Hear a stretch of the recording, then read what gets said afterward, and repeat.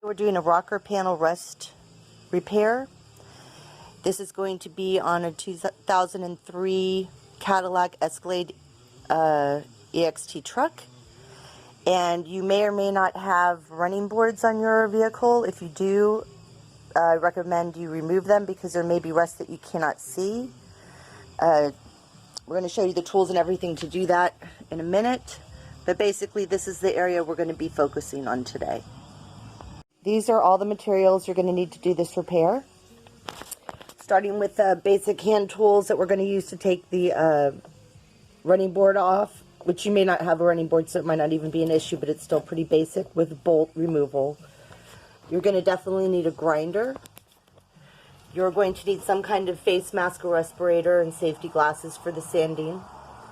You want either Krud Kutter or Naval Jelly. I am using the Rust-Oleum Rust Reformer, which is basically a primer with a rust inhibitor. You're going to want a dry clean cloth for wiping off dust. You're going to want to have some kind of body patch or fiber. You're going to want a can of Bondo glass, which is a fiberglass filler. You're going to want glass or a piece of cardboard.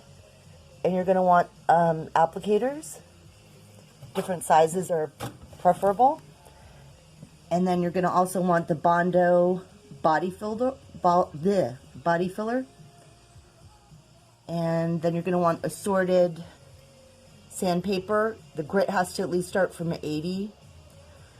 60 would be even better. And then you're going to want a basic primer for when you're finished, before you paint. I'm under the running board right now, and I'm going to show you, there's little brackets that run up and down the running board. And each bracket has two areas. There's one, there's the other one where bolts go in. So this is where you're going to use the 10mm to remove these bolts, okay? And this is also why I'm using a jack at the bottom down there to hold up the one end so that it doesn't fall on you. And this might be a job that you want to ask somebody for help. It's never, you know, a bad idea to be safe. So that's all 10mm. And then when you get up here to the end, there is going to be one that is going to come off with a 13mm. And then again, at the other end, there's going to be one screw, and that's why you need to have the apex with the Phillips head.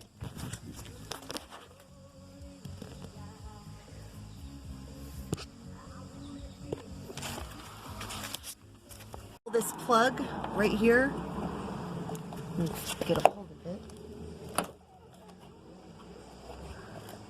Okay. Okay, I'm going to pull on this plug right here and release the running board.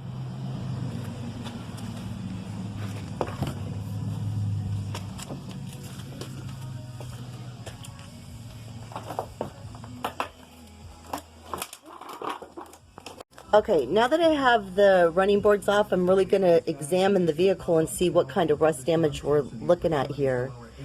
Okay, that appears to be surface rust, but it may be a little bit worse. I don't know. We'll have to get into that when we start sanding it.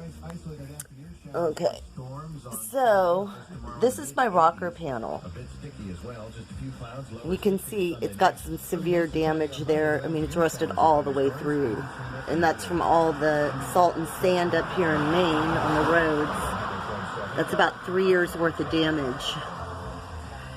But let's look underneath. And this is the reason why you want to take your running boards off. Because you can see under here, we're already starting to get some rust here. Then also, if you look under here, on the brackets are getting rusted. And there's, you know, visible rust on other parts underneath the vehicle. So we'll be able to treat those while we're doing this repair. Okay? Okay, now let's check out the front. It actually looks pretty good. There's some rust here that I'm going to treat just because it's exposed right now, so it's a good time to do that. And again, you know, this is part of what the running board was covering. And I'm definitely going to want to do something with this, you know, while we're doing this repair. We'll definitely be addressing this. Okay? But it just mostly looks like surface rust, but still, you know, may as well. Okay? Aside from that, everything else looks pretty good. So just do a thorough inspection just to kind of gauge where you need to start and what all you need to do. Okay? We're going to be grinding, so I've gone and put my safety glasses on and my mask just to be careful. Now know that with a grinder, this grinder, which is a Hyper Tough from Walmart, it goes in a clockwise direction. Now this is important because when you're grinding, the sparks are going to fly to the right. So keep that in mind because you don't want to shoot it on somebody or on anything, so you know which direction they're going to be flying. You want to go ahead and turn it on and be very delicate and light with the touch initially just to get a feel for it. Okay, because every angle is going to be a little different. So you just switch it on like this.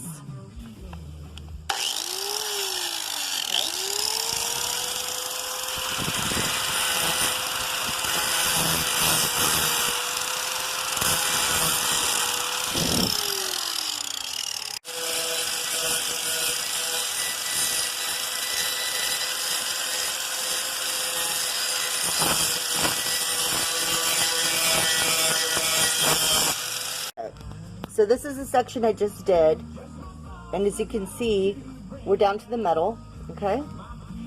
And then we can evaluate it a little bit more and see how deep the rust is actually going right here. And don't be afraid, you're definitely going to take off paint doing this. I mean, you don't want to make it worse than it has to be, but you definitely want to get the rust off, okay?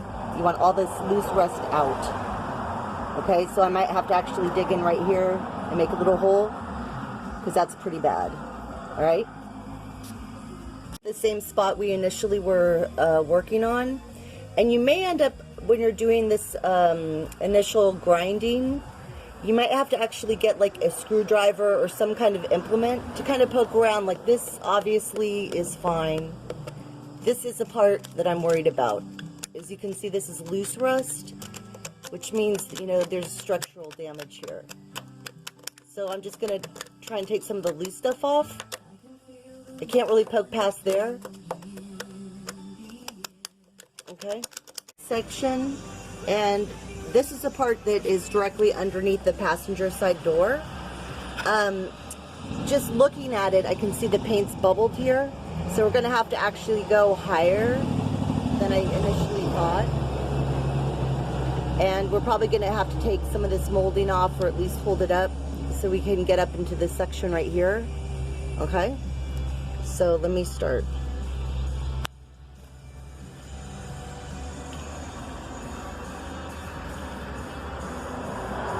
This is going to hit you.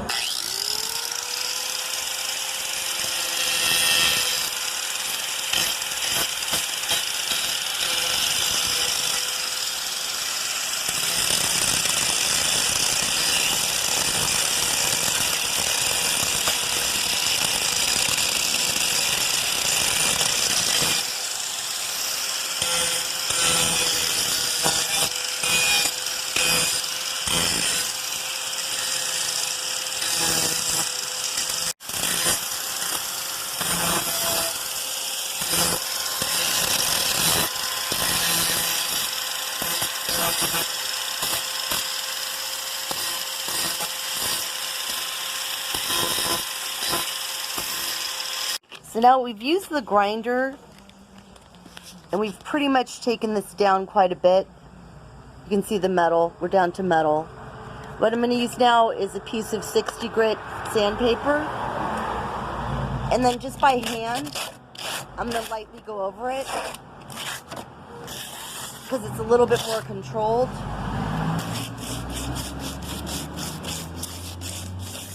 Just kind of get all the loose stuff off.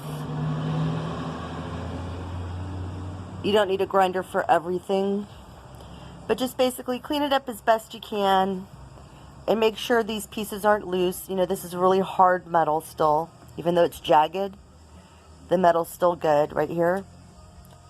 All right, so there's no need to remove it, you know, too much, because you still need something there to hold your netting in place or your wire in place when you start doing the fiberglass filler. Okay? So just, don't go nuts boring it out. You just want to get, the rust off as much as you can. And remember, we're also going to be using a rust inhibitor and treating this. And we'll spray some on the inside as well. Okay? So before we do anything more to this section, I was looking on the inside, and you want to be very careful because this is super sharp. But I was noticing there's pieces of rust in here and dirt. And you can use a brush, a toothbrush, whatever you want, but like all of this came out of there. And you really want to remove as much of that as you can. Up underneath here, you do have a drain hole which could be clogged. Mine was. So you just kind of want to clean it out. And then if you push the dirt, it can either go through the drain hole, like you can see some of it coming out through there in the back, right here, or you can just brush it out through the front. Either way, but just try and get as much of it as you can out. And again, be very careful because this is super jagged and sharp and you could really hurt yourself. Okay? And remember, we're not professionals. I don't do this for a living. I'm not an auto body professional, but I'm trying to save some money doing it myself. So, use as much caution as you can. Read all the instructions on every power tool before you do anything, and ask for help if you need it. Or, if there's something you're not sure about, just maybe don't do it. Okay, and a little trick you may want to try is there is an exhaust vent on this grinder. So if you turn it on, I'll show you on this pile.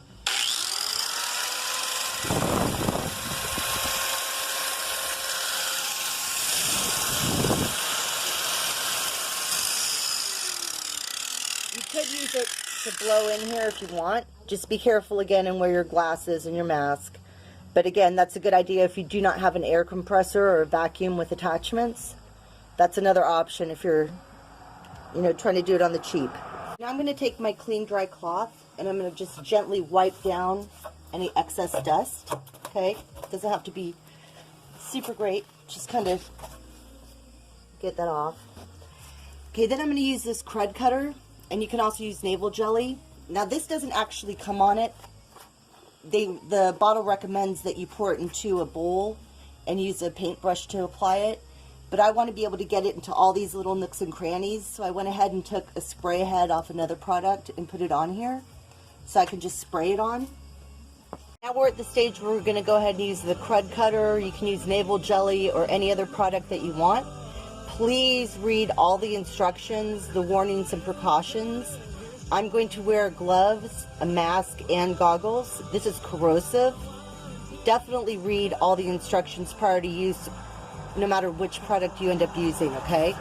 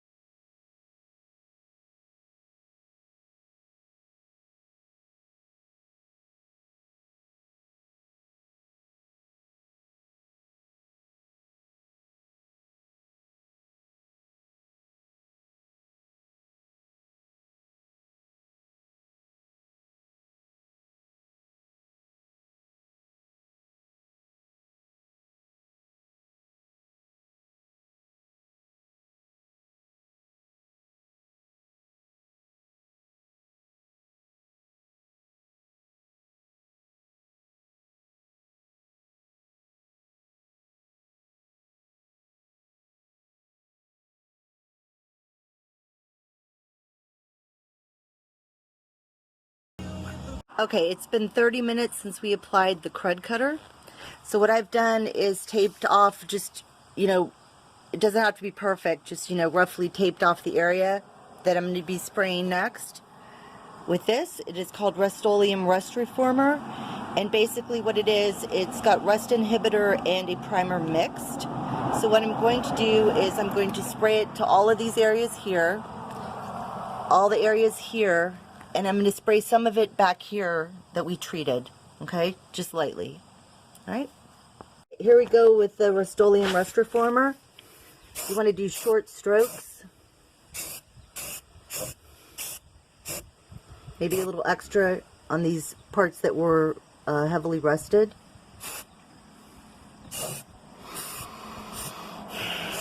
And make sure you really get it inside this area that we cleaned the debris out of. You just want to make sure you kind of get it in there kind of heavy, because we don't want to repeat of the same problem. Okay. And then I'm going to go ahead and spray some of this area down here as well. Okay. Now that I have applied the Rust-Oleum, it's been applied to every area, including the parts underneath the running board that we talked about earlier. So all of that has been painted. This takes about 20 minutes to set. So what I am going to do right now is take off all of this that I used to protect the interior. Okay. And I am going to take some sandpaper, and I'm going to start lightly sanding right here.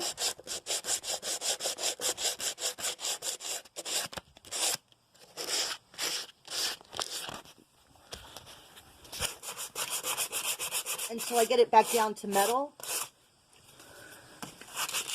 That way when we apply our next coat, which is going to be the fiberglass filler, that it will adhere to the surface.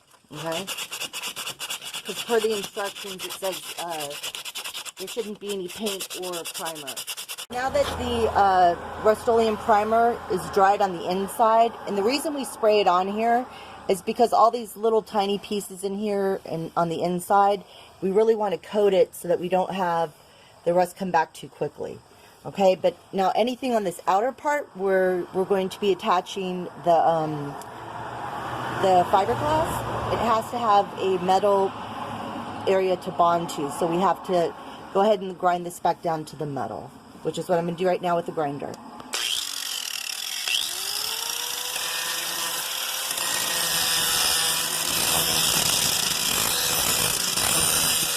The surfaces are prepared to do the fiber fill. So as you can see, looking close up, there's still the Rust-Oleum rust inhibitor got on the inside part where we wanted it, but we're down to metal around here, which is where the filler will be adhering to. Now on the side here, I didn't sand it all because it can be primed, because I'm not doing any kind of filler on that area. Alright, so that's just going to help prohibit the rust, but it won't interfere with any kind of filler. Right here, on this up part, we did want to leave primer there because that is going to be painted, but there's not going to be any fiber filler on that area. And then this one we sprayed because you want it to go on the inside, okay, the inside of the rocker panel. Okay. Here is what the frame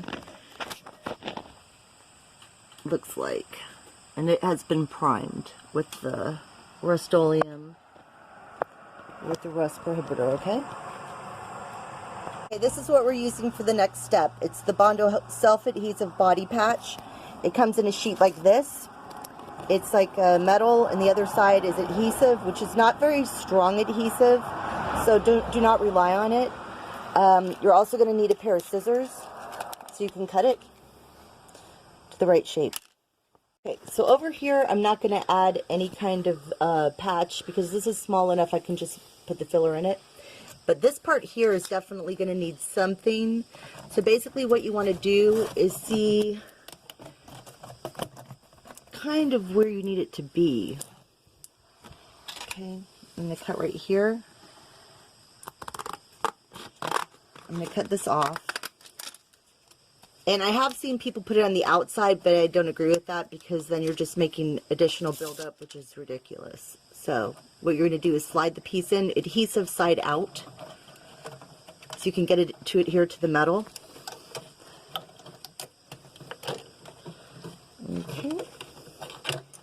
Go like that, and then I have to get another tool. Okay, I went ahead and got just a piece of wire and bent it a little bit because it's going to help me guide this in. Okay. And it might take you a few minutes to do this, so don't freak out. There's no rush. Basically, you're just trying to bend it and don't without cutting yourself.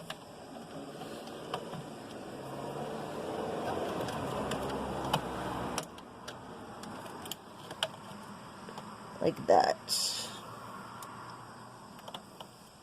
I'll push it in a little bit more later.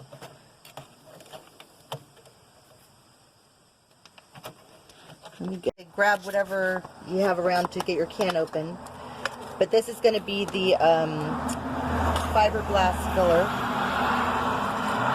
And again, you want either a piece of glass or cardboard. I think cardboard's kind of annoying, but it is a lot easier to clean up. Just throw it away.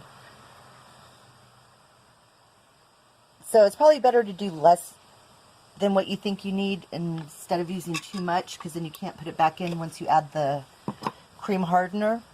Okay? So it's about a golf ball size. And then I'm going to add some hardener to it. About 1 inch to 1.25 inches.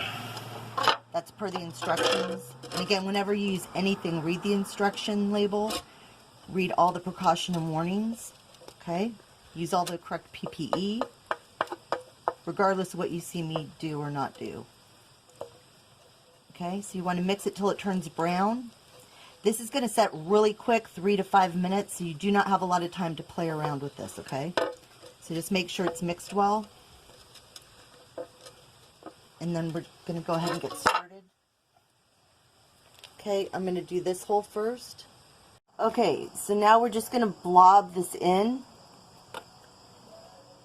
And then we're just going to let it set. And as you can see, I just kind of touched it in a few different places. This is going to be very messy right here. So don't be surprised if some of it drips down or you have to, you know, keep pushing it in. But basically, this is just to hold your backing in place. And then we'll come back over this in a little bit and we'll add more and more. Okay, it's dry. Yep. Good. All right. The first layer dried, so now I'm putting the additional coat on. And you can see how messy it can get. And just don't even worry about it because we're going to go ahead and sand it again once it's dry.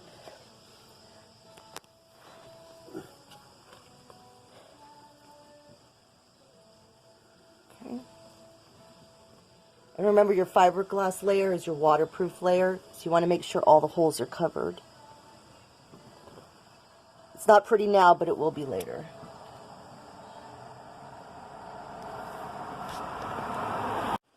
Okay, so now this is going to be the fiberglass layer that's dried. This area here I'm going to hand sand, but this one here I'm going to use this 60 grit disc and just slowly start getting this sanded down.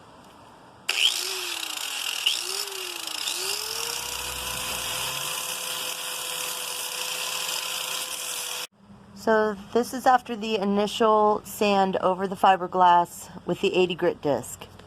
And there's some additional areas here that we're going to come back and readdress with the fiberglass before we go to the final coat of Bondo. Okay, so after the initial sanding, this is the second coat of the fiberglass, just over any areas that still were not fully covered. Because remember, the fiberglass is waterproof. So you want to make sure you have a good coat of it on there. This is where we're going to stop sanding and then go ahead and put the coats of the Bondo on. Okay? So we're done with the fiberglass at this point. Finishing the first coat of Bondo, which is going over our fiberglass. Okay? This is the first coat of Bondo, and I'm going to lightly sand it down and see where we're at.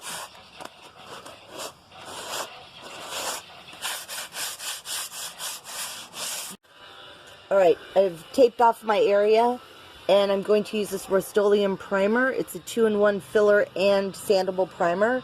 It also stops rust, so I'm going to go ahead and do that, and then we'll see where we're at when we're done.